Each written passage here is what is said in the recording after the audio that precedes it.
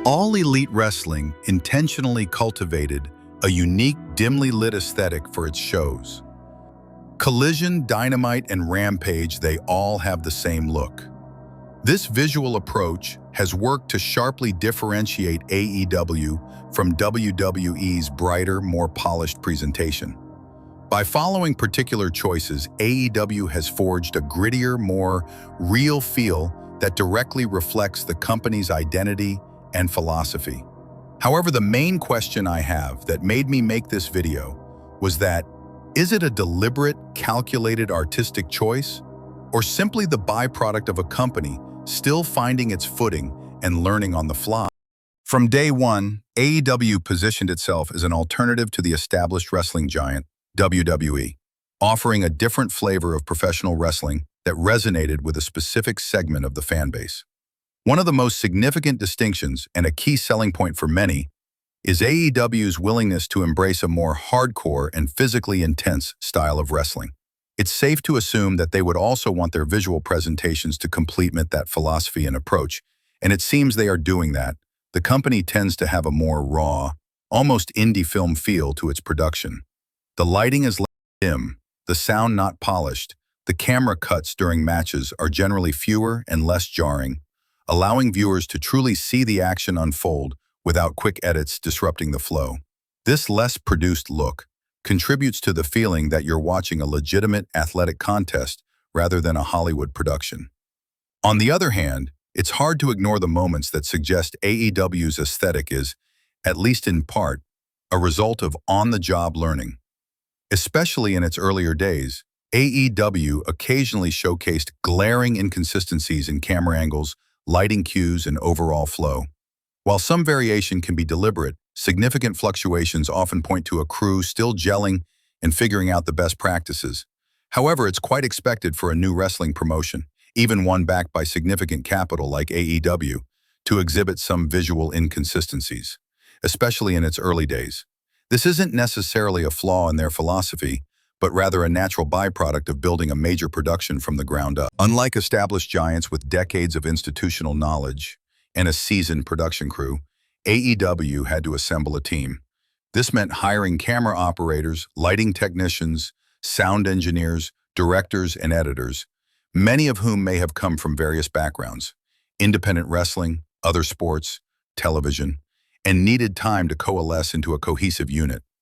Learning each other's styles, anticipating cues, and developing a shared understanding of the desired aesthetic takes time and repetition. While AEW had a clear, philosophical vision, more hardcore sports-oriented, translating that into a consistent visual house style is an iterative process.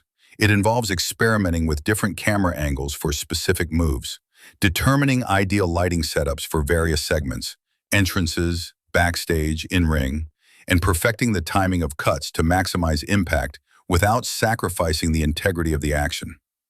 Early on, these decisions are being made and refined on the fly. Producing live weekly television is incredibly complex, even for seasoned crews.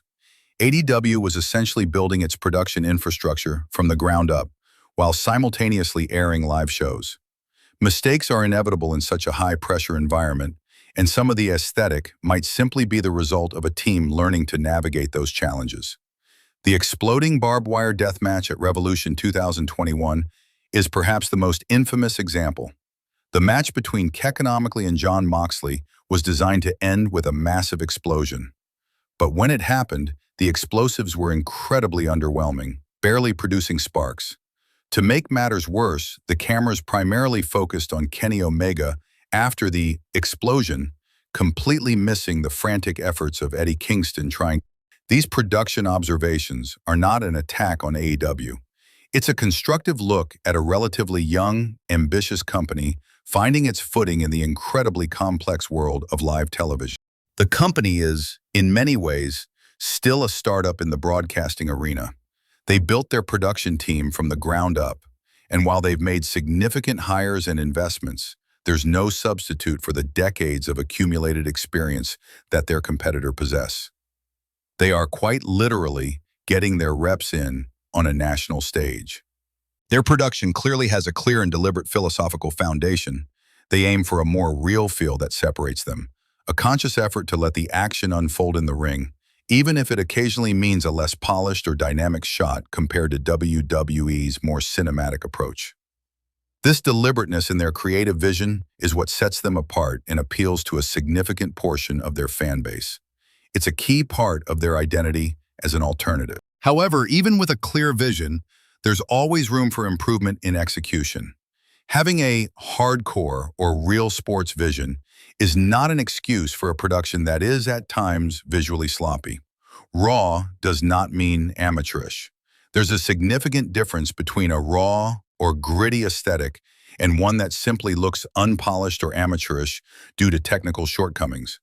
Regardless of the intended philosophy, the primary goal of any broadcast is to deliver a compelling and engaging experience for the viewer. When visual presentation suffers, it pulls the viewer out of the moment. It makes the product feel less professional and can lead to frustration, regardless of how good the in-ring action might be. As a wrestling promotion airing on major networks, AEW carries an expectation of a certain level of broadcast professionalism. While they aim to be an alternative to WWE, this doesn't mean they should aspire to look like a low-budget independent show. A consistently blade, meaning rough or unrefined, visual presentation can negatively impact their brand image and potentially deter casual viewers who are accustomed to higher production standards from other sports or entertainment programming. Wrestlers put their bodies on the line to deliver incredible performances. A subpar visual presentation can undermine their efforts by failing to adequately capture their athleticism, storytelling, and impact. A poorly lit segment or an ill-timed camera cut can diminish the perceived quality and effort of the in-ring product. Any new venture, especially in entertainment, involves a degree of trial and error. What looks good on paper might not translate well to live television, leading to adjustments and changes in approach. Some aspects of AEW's look might be the result of them trying different things and discarding what doesn't work. AEW's quick expansion from one weekly show to multiple programs, including Rampage and various pay-per-views, put immense pressure on their production teams. Scaling up so rapidly could easily lead to moments where the ambition outpaced the immediate production capabilities, resulting in a less polished look.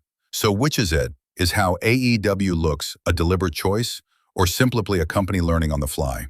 It's likely that the truth lies somewhere in the middle. I think the company started with a core idea of how they wanted to look and feel, distinct from WWE, focused on wrestling and with an indie edge, but the execution of that vision, especially in the early days and during rapid expansion, has undoubtedly been a learning process. The quote inexperience might have inadvertently contributed to a unique aesthetic that, over time, has become more refined and perhaps even embraced as part of their identity. Ultimately, the ambiguity is what makes this question so interesting.